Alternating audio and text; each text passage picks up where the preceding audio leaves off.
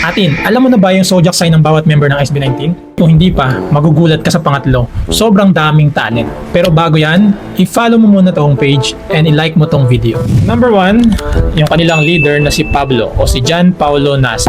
So pinanganak siya noong September 14, 1994 at ang kanyang zodiac sign ay Virgo. So ito ay earth sign. Ang mga katangian ay matalino, analytical, mapapagkatiwalaan, perfectionist at likas na leader.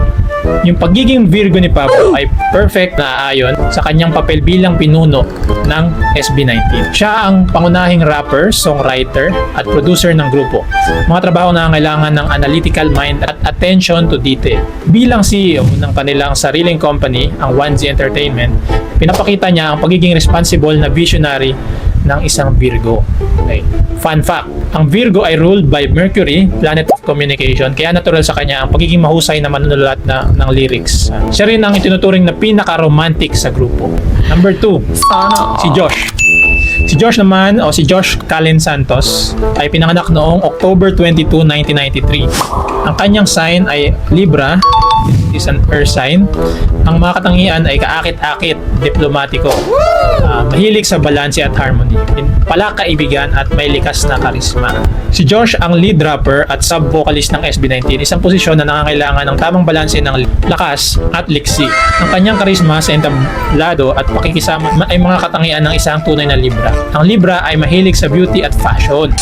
Okay, so that's why para siya yung nag-experiment, no? Yung may hati yung kulay sa ulo. Kaya naman kilala si Josh sa kanyang passion-forward na personality. Fun fact, ang Libra o si Josh ay ruled by Venus, which is planet of love and beauty. Kaya naman natural ang kanyang appeal at charm, hindi lang sa fans, kundi na rin sa kanyang mga kasamahan. Siya rin ang pinakamatanda sa group. Next, ito naman si Stelvester Adjero. Siya ay pinanganak noong June 16, 1995. Siya ay isang Gemini. Gemini pala siya. So ito ay air sign. Ang mga katangian ay masiyahin, versatile, o versatile. Ano ba ang tama doon? Comment nyo sa baba. Mahusay sa komunikasyon. Okay, so as seen, di ba, sa pag-host niya sa Showtime. Mabilis matuto. Okay. At puno ng energy. Ang pagiging Gemini ni Stel ang dahilan kung bakit siya ay main vocalist at lead dancer ng grupo. Mga talento na kailangan ng versatility at kakayahang mag-multitask. So marami siyang talents. Ang Gemini ay mahilig sa pagbabago at bagong hamon, kaya naman siya rin ang madalas na choreographer ng mga kanta ng SB19. Fun fact, ang Gemini ay ruled by Mercury, planet of communication and expression. Kaya natural ang kanyang powerful voice at kakayahang magdala ng emosyon sa bawat kanta. Pag may ganong kang talent, hindi mo maiwasang hindi ka sumili. Nice. Next, si Ken o si Philip John Suson. So pinanganak naman siya noong January 12, 1997. Siya ay Capricorn. Ito ay isang earth sign. Ang mga katangian ay disiplinado, ambisyoso, tahimik pero malalim at sobrang masipag. Si Ken ang main dancer at lead vocalist ng SB19. Isang posisyon na kailangan ng disiplina at dedikasyon sa pagsasanay. Kaya ang kanyang cool at mysterious na aura sa entablado ay typical ng isang Capricorn. Ang fun fact, ang Capricorn ay ruled by Saturn, planet of discipline. Kaya hindi nakakapagtaka na kahit gaano siya ka-busy, nakakagawa pa rin siya ng oras para sa kanyang personal na proyekto at passion sa fashion. Ang last, si Justin o si Justin Didios. Pinanganak naman siya noong July 7, 1998. So, siya ay isang Cancer.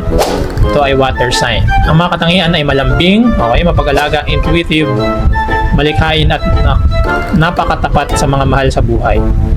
Si Justin ang sub-vocalist at visual ng grupo. Isang posisyon na kailangan ng emotional depth at kakayahang makomonek sa audience. Ang kanyang pagiging mahiyain at mabait noong una ay katangian ng isang Cancer. Ang Cancer ay mahilig sa sining at pagkamalikhain. Kaya naman siya ang didirekta ng ilang music videos na SB19 at may background siya sa multimedia arts. Ito ay ruled by the Moon, a planet of emotions and intuition. Kaya natural sa kanyang pagiging malikhain at kanyang kakayahang magbigay buhay sa visual concept ng grupo. Siya ang bunso o MacMay ng SB19. Siguro yung pagiging innocent, no? Nakakatulong din yun para maging siyang mas creative, di ba? So that's why sabi dito yung mga visual concepts ng grupo is siya yung nakakapagbigay ng buhay. Alright. Sino yung ka-zodiac sign mo sa grupo ng SB19? Comment mo sa baba. And comment mo na rin kung sino yung bias mo sa grupo nila.